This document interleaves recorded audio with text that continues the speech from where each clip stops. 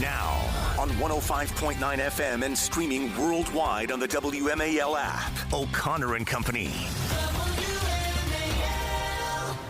It is 8:36. Thanks for tuning in here to O'Connor and Company on a very busy Wednesday in your nation's capital. Yes. It's Larry O'Connor with Patrice Onwuka. What are you doing here?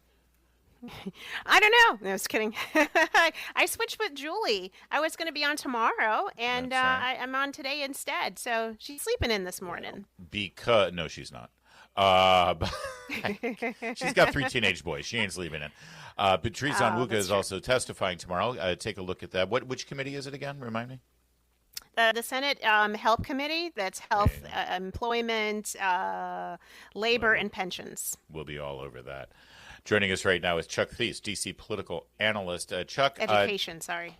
Oh, that's all right. So, Chuck, explain this to me. Trayon White.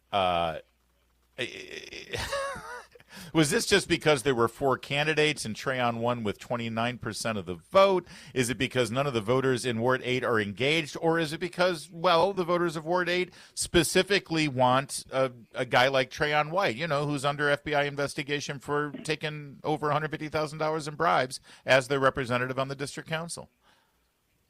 Well, a few things. It's a bit all of the above. And just a clarification, he's not just under investigation. He's been indicted for accepting bribes. Yep. No, well, it's important that people understand that. No, you're right. That is important. He's slated to go on trial in January of 2026.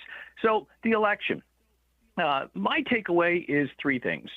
First, number one, there are 56, and anyone could vote in this election. You didn't even have to be a registered voter. You could show up and prove residency and vote on the same day. That said, there are 56,000 registered voters in Ward 8. Only about 7,000 participated in this election. So apathy, okay? Let's begin with apathy. That's number one. Number 2, let's give the voters who did participate some credit. 71% of them rejected Trayon White. That's true. That's true. That's a fair assessment. That's the headline. And then my biggest takeaway, though, this is a Democratic ward. I think 94% of the ward voted for Harris in the presidential election.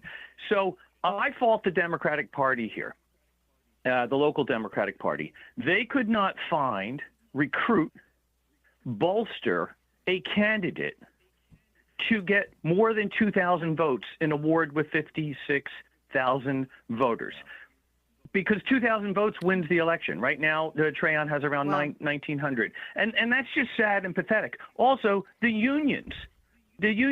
There are thousands, tens of thousands of union employees in Ward 8. Why didn't the unions get together, identify a candidate, support that candidate, and mobilize their masses? They could have literally had a seat on the D.C. Council. So the Democratic institutions in the District of Columbia, the party, the unions, and others, are literally inept. Well, Chuck, let me add another one. Why didn't any of those institutions lean on any of the 3 other candidates to drop out? I mean, they pretty much split the ticket. They're polling 22, 24, and maybe 24%. If one of them had dropped out, I'm pretty sure that would have been the end of Trayon White's. It would have spelled doom for him. So, do you know of any effort? Was there a reason why the 3 of them thought it was a good idea to just stick it out to the end, thinking they were going to prevail? Patrice, you're absolutely right. There was no effort by anyone, by any organization, by any institution, by any powerful politician or influential politician. Everyone I talked to said the same thing. Oh, well, Trayon White's going to win anyway. Trayon's going to win anyway. I heard that 6 ways to Sunday. And I said, because you're doing nothing. There's no point in doing anything. He's going to win anyway. And I kept saying repeatedly, if you can get to, I thought 2,500, safe margin. If you can get to 2,500 votes, you will beat him. And if you can't get to 2,500 votes, in an audience of 56,000 voters, you have no business being a politician, a party, an organizer, and anything. That's ridiculous. That's like 4%. It's 4%. Go and get 4% of the voters to support your candidate, and you win.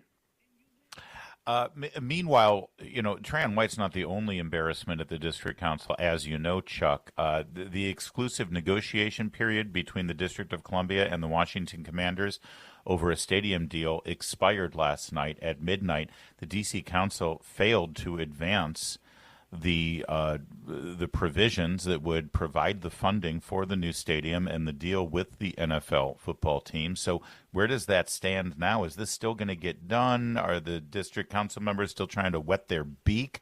Is it corruption or is it incompetence? It's not corruption. I don't think there's anyone trying to shake down the NFL or the Commanders. I think that would result in a very fast phone call to the FBI. It would certainly be hilarious to watch, but I don't think that's what's going on. It's brinksmanship.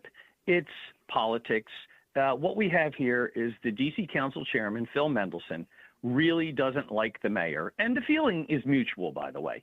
And this is an opportunity for him to throw a monkey wrench into her biggest. This is her legacy defining project, right? This is what she will be remembered by. It's what she wants to be remembered by. She's trying to rebrand the district as a sports capital.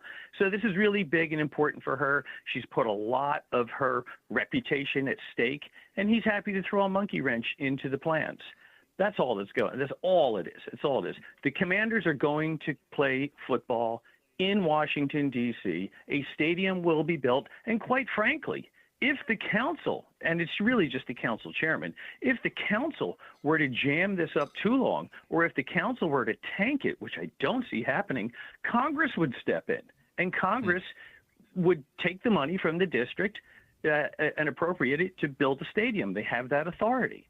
So this is going to happen. It's just a matter of when the actual ink hits the paper.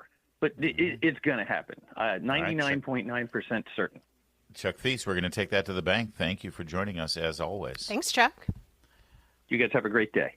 Maybe it's me. I think Muriel Bowser's legacy will be that mural down near Lafayette Square that she eventually painted over. But I know that that's what she'll be remembered for. It is 8:43.